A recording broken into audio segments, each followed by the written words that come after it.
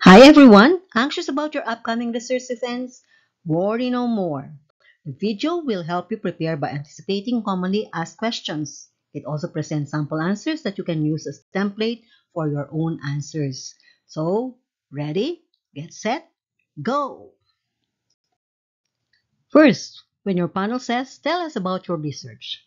This is so easy to answer. The gist of your research is your abstract, so I'm not going to provide a sample answer anymore.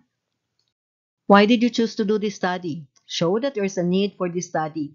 First, there's an issue or problem that can be addressed by the study. Sample answer is, this study is about the effect of selected interventions on the stress level of female nursing students. I chose the topic based on the following reasons. First, stress is a phenomenon that is universally experienced, and although it's important for survival, high levels of stress have untoward effects. It's associated with mental disorders and physical conditions such as cardiovascular diseases, obesity, and autoimmune disorders. Stress can also hinder performance of activities that require thinking and attention. And in today's fast-paced world that demands a lot from individuals, stressors are almost constantly present. So there's a need for interventions to reduce stress to manageable levels. Two such interventions are massage and lavender oil. Then, you can show that there's a gap in literature that this study can fill. So you can continue. Studies have shown that massage relaxes the muscles. It also promotes the release of endorphins, a neurotransmitter that can alleviate pain, lower stress, improve mood, and enhance one's sense of well-being. Previous researches show that inhaling lavender oil reduces anxiety. Although these studies on massage and lavender oil have been done, there are no studies on the effect of using lavender oil as a medium for massage, except for the one done by Cruz in 2019. That study used the pretest post-test single group design. The present study is different because it consisted of four groups. One that received massage with lavender oil, one that received massage using unscented oil, one that inhaled lavender oil through a heated diffuser, and one that received no intervention. Next, you can show that the study can potentially benefit the profession, agencies, groups, and individuals. These are found in the significance of your study. So, simply summarize what you have written in your significance and state them. Lastly, if you have a personal reason for doing this research, then share that reason. For example, you can state, I have always been interested in natural healing and alternative medicine. I use lavender oil massage on my neck and shoulders, and I found that it effectively reduces my stress level. My personal reason for doing this research is that I want to validate the effects on other persons under stricter controls. Why did you choose this design? You have to show to the panel that is appropriate to the research objective or problem. For example, if your design is descriptive, point out that you simply aim to obtain information to describe a phenomenon, situation, or population. For example, you simply want to study the eating habits of nursing students, period. You do not aim to answer the whys of these eating habits. If your design is correlational, you are simply striving to determine how at least two variables are associated with each other without attempting to control or manipulate any of these variables. You are not striving for a cause and effect relationship. If the study is a true experiment, then you can justify your choice by saying that it's the most rigorous type for cause and effect relationships. And that in this situation, it's possible to control the confounding variables. Therefore, a true experiment design is applicable in the study. For instance, the effect of keto diet on the weight of mice. Have one mouse only per very small cage and feed its mouse only keto foods. There's full control because the mice have no access to other food, and the size of the cage will also hinder exercise. Therefore, any weight loss could be attributed to the keto diet. For a quasi-experimental study, you can state that it's not possible to control all confounding variables. That's why you have chosen this type of design. For example, effects of keto diet on the weight of human adults. You can state that it's not possible to control all variables because it would be unethical. You cannot keep humans in cages. You may instruct them to avoid exercise and to stick to keto foods, but there's no guarantee that they would follow your instructions. You could also reason out that you chose a quasi-experimental study because you want to simulate a real-world application of the intervention. You can state, I chose a quasi-experimental design because I wanted to know if the keto diet would promote weight loss in the real world where factors that can potentially hinder compliance to the keto diet are naturally present. For a post-test only design, again, give your justification. Example, access to the participants is limited to only one arm. The intervention will take approximately 15 minutes. That's why I decided to forego the pretest. Or you can state, I chose the post-test only design instead of a pretest post-test because giving a pretest can produce the so-called testing effect, wherein previous exposure to a test can affect the participants' answers and scores when the test is administered again. Therefore, even if they got high scores in the post-test, I would not be sure how much of the high scores is due to the intervention and how much is caused by the fact that they have taken the same test before. Tell us about your population. To answer this, you have to enumerate and justify both your inclusion and exclusion criteria. Sample answer. The inclusion criteria for this study are third-year female nursing students of University X enrolled in the RLE during the second semester of the school year 2023-2024. I chose those who are enrolled in University X because they would be accessible to me because I am from the same school. I chose third-year nursing students enrolled in RLE because the third year is traditionally seen as one of, if not the most stressful year in the nursing program, and RLE is one of the factors that contribute to this stress.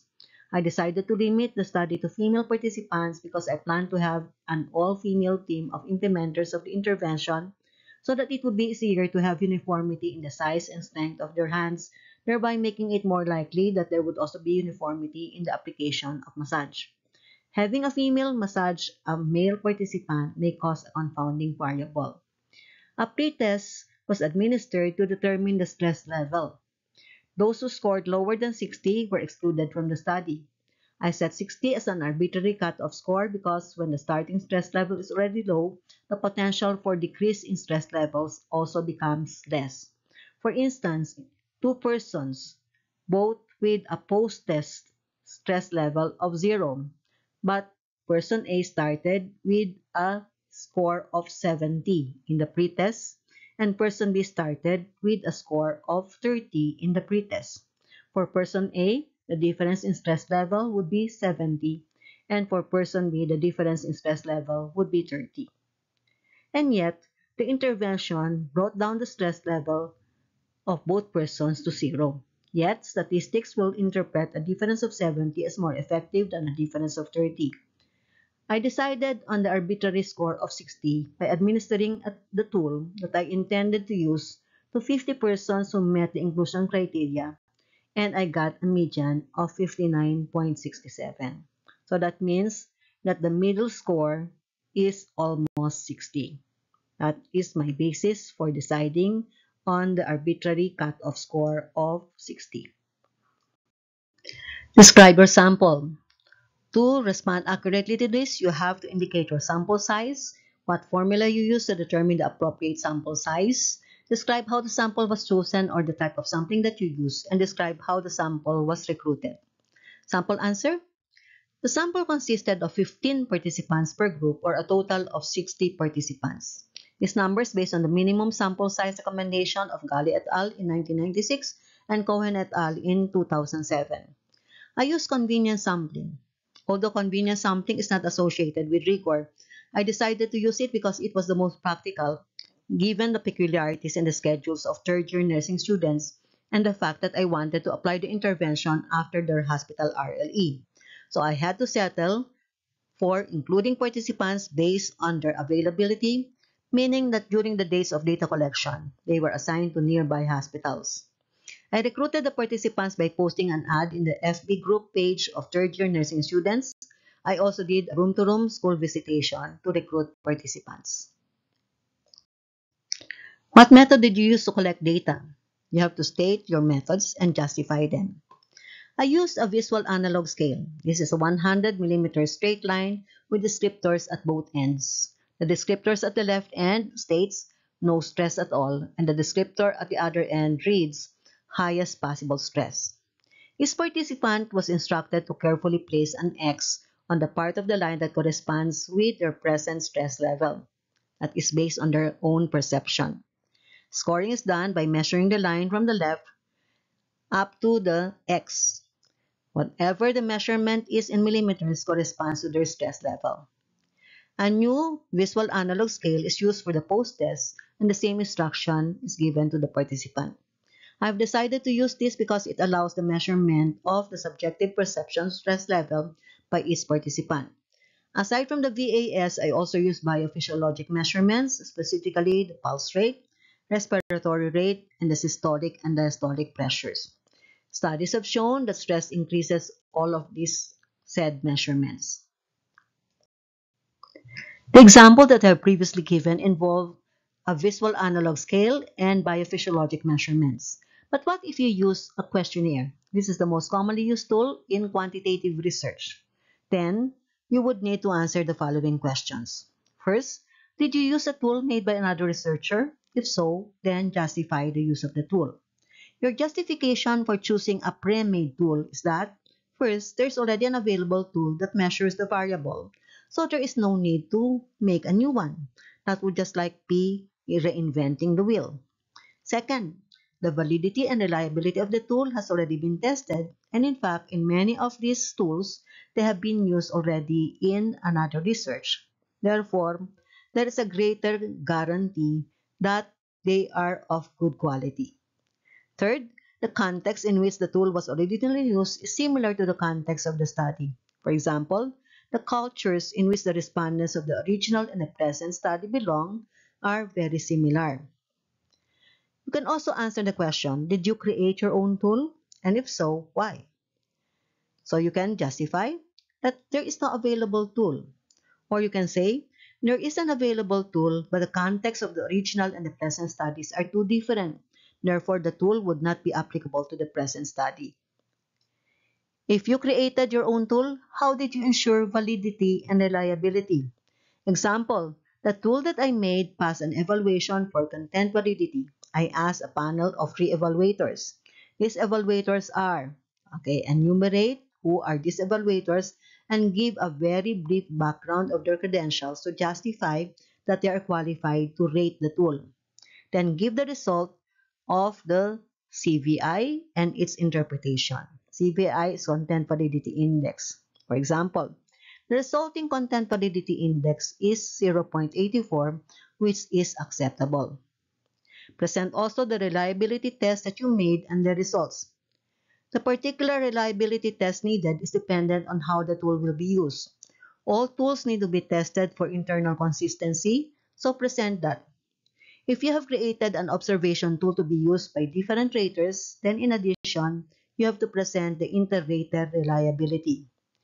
If you need to prove that the tool adequately measures constructs that are expected to be stable over time, then you need to present a test-retest reliability result. Describe your data gathering procedure. Here, you have to enumerate the steps and describe each step as needed. For an experimental research, include in the description the materials used, experiment protocol, and how confounding variables were controlled. Sample answer, take note. The example that I'm giving is an experimental research, so there is a very detailed discussion of the procedure. This may not be same if the research design is non-experimental. So, let's see the sample. After the proposal was approved, I submitted it to the University X Research Ethics Committee, which also approved it. I then started with the recruitment of implementers. My team consisted of 3 females who would apply the interventions. They had very similar body, arm, hand, and finger sizes. I taught them each intervention and we spent 2 hours to perfect the massaging technique. They were trained on hand placement, stroke technique, and pressure and the number of strokes to be done. They practiced until they were delivering the massage so uniformly that the person being massaged could no longer detect any difference regardless of which implementer was doing the massage. By the way, the implementers were trained on this every week to ensure that they maintained the uniformity of the intervention. Then, after training the implementers, I recruited participants. Those who opted to join the study were asked if they were allergic to lavender oil. There were none. I still did a patch test using 2% lavender oil. This is 2 drops of Bath and Body Works essential oil of lavender mixed with 1 teaspoon of unscented Johnson's & Johnson's baby oil. I placed 1 drop of the solution on the inner forearm of the participant, covered it with a band-aid, and instructed the participant to keep the area dry for 24 hours, after which the area was evaluated for signs of allergy such as redness and itching. None of the participants showed signs of allergy. Then they were randomly assigned to the 4 groups of the study and scheduled to come to the venue, which consisted of 3 identical rooms in a residence. When scheduling participants, I saw to it that those who were to receive lavender were not assigned simultaneously with those who would not receive it. This is to prevent accidental exposure to the scent. I pre-tested each participant through the visual analog scale, took their pulse rate, respiratory rate, and blood pressure. They were then asked to change into a patient's gown, lie prone in bed with the head turned to the right side and the arms flexed at the side of the head. The participants were instructed that they were not allowed to do anything during the intervention. Example, no talking or singing. The gown was untied to expose the back. For those receiving a massage, either unscented Johnson & Johnson baby oil was used or a 2% solution of lavender oil as I have previously described. 2 bottles, each containing 15 ml of the oil to be used, are placed on a chair 2 feet away from the implementer. The implementer followed this protocol. First, apply all of the contents of the first bottle on your palm. Rub palms together 5 times to warm the oil. Place both hands on the base of the participant's back and apply an upward effleurate stroke with pressure up to the nape and moving outward to the shoulders. Move back downwards to the base of the spine with no pressure. Repeat 15 times. Shift to pet dressage, using hands alternately to knead the muscles. Each hand movement to be counted as 1. Start with the nape, then the distal shoulder, then 2 hand widths below, then 2 hand widths lower again, then finally 2 hand widths lower again. Apply 10 pet dressage counts on each area. Move back to the nape, then to the other side of the shoulders and back using the same mapping technique. Pour the content of the second bottle onto the palm and repeat from the start. When finished, pat the participant's back with a dry towel and assist her to the patient's gown. At this point, I did the post-test using the visual analog scale and the same biophysiologic measurements. Now, continue with your answer and explain with the same detail the protocol for the other groups. After you have discussed the whole experiment protocol, discuss how confounding variables were controlled. Example, reviewing the experiment protocol, I want to point out that I was able to control the following confounding variables. First, factors related to the participants, foremost of which is the participant's level of stress before the intervention. This was done by setting a cutoff point of 60 for the participants to qualify for the study. Another participant-related variable is their behavior during the intervention. This was controlled by making the participants use the same type of clothing, assume identical position, and not allowing them to do anything during the intervention. Second are environmental variables. This was controlled because the venue was very quiet since it was located in a distance away from neighbors. The rooms and the furniture in the rooms were identical. Third factors are those that are related to the intervention. This was controlled by ensuring a uniform application of the intervention by choosing implementers with similar relevant characteristics such as hand and finger size and by training them to promote uniform application of the intervention. Lastly, are factors related to testing. This was controlled because there was only one person who administered the pre-test and post-test. That was me. I also used the same equipment for the biophysiological measurements, meaning the same watch and BP apparatus. Why did you use this statistical treatment? Now you have to indicate the statistical treatment that you use and what that treatment measures. Show that your study meets the conditions required for using the statistical treatment. Sample answer. I used the paired t-test to see if the stress level of the participants differed significantly before and after the intervention. The paired t-test is applicable because the testing produced ratio data, and what is being compared is pairs of observations because each participant was measured twice. To compare the 4 groups of the study, the one-way ANOVA was used. This was fit for the study because it compares more than 2 groups There was only one independent variable, which is an intervention. The result of the one-way ANOVA showed a significant difference, so I used the two key tests to determine where the differences lie. How did you ensure that the conduct of the study was ethical? Here you describe how the study was conducted in an ethical manner, such as: I got a written consent from all the participants. This was an informed consent because I explained to them what the participation in the study will entail and that they can withdraw anytime without penalty. To protect the participants from harm, they were asked if they were allergic to lavender oil, and a patch test was done to rule out allergy.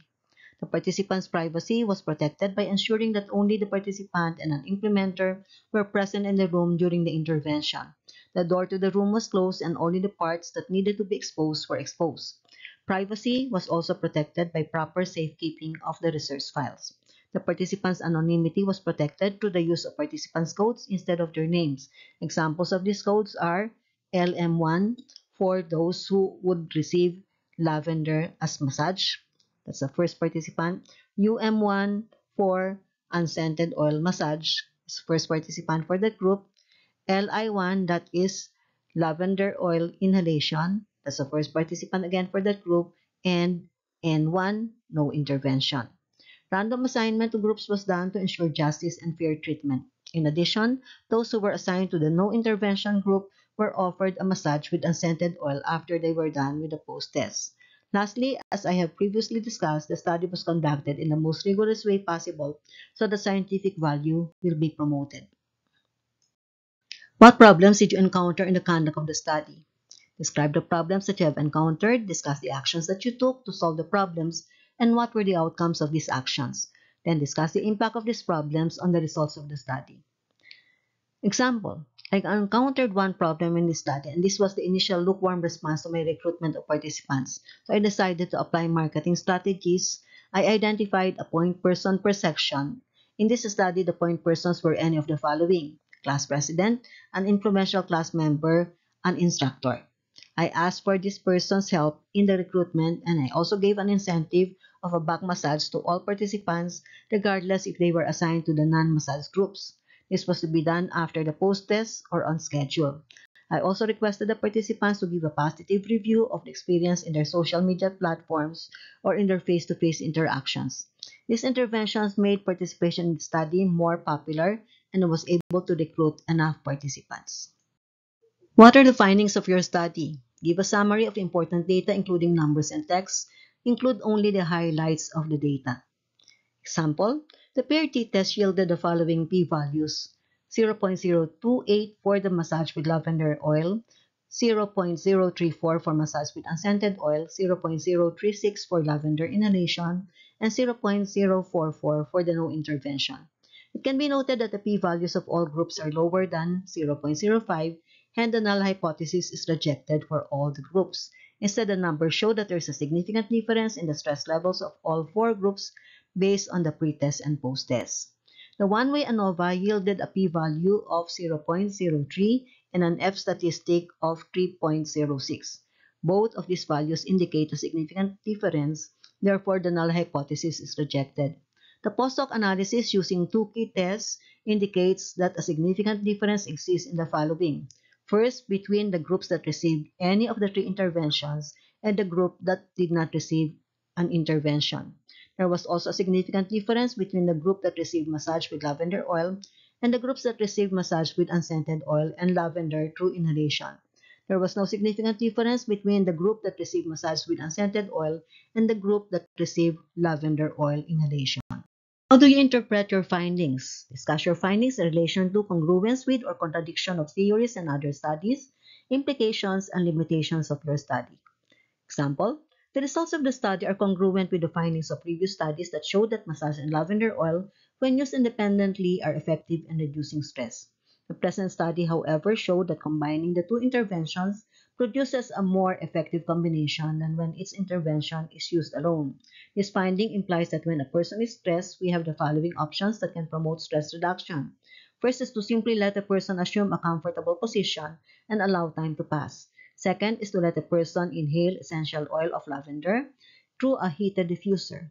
Third is to massage the person's back with unscented oil. And finally, Use the most effective technique among the four options, which is to massage the person's back with lavender oil. The study limited itself to testing only these four options. Therefore, I can't say that a massage with lavender oil is the most effective method among all possible options. So state your conclusions. Sample. Given the options of no intervention, massage with lavender oil, massage with unscented oil, or inhalation of lavender oil through a heated diffuser, these are the conclusions. First, any intervention is more effective in reducing stress than no intervention. Second, massage with unscented oil is equally effective in reducing stress as inhalation of lavender oil through a heated diffuser. Third, massage with lavender oil is the most effective among the four options in reducing stress. What are your recommendations? State your recommendations, making sure that they are based on findings and conclusions. Example.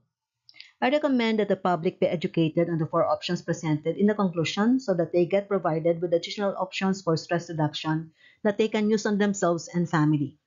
Second, educate also health professionals so that they can have more non-pharmacologic options for stress reduction that they can use on clients or teach to clients. Third, a similar research but with a bigger sample.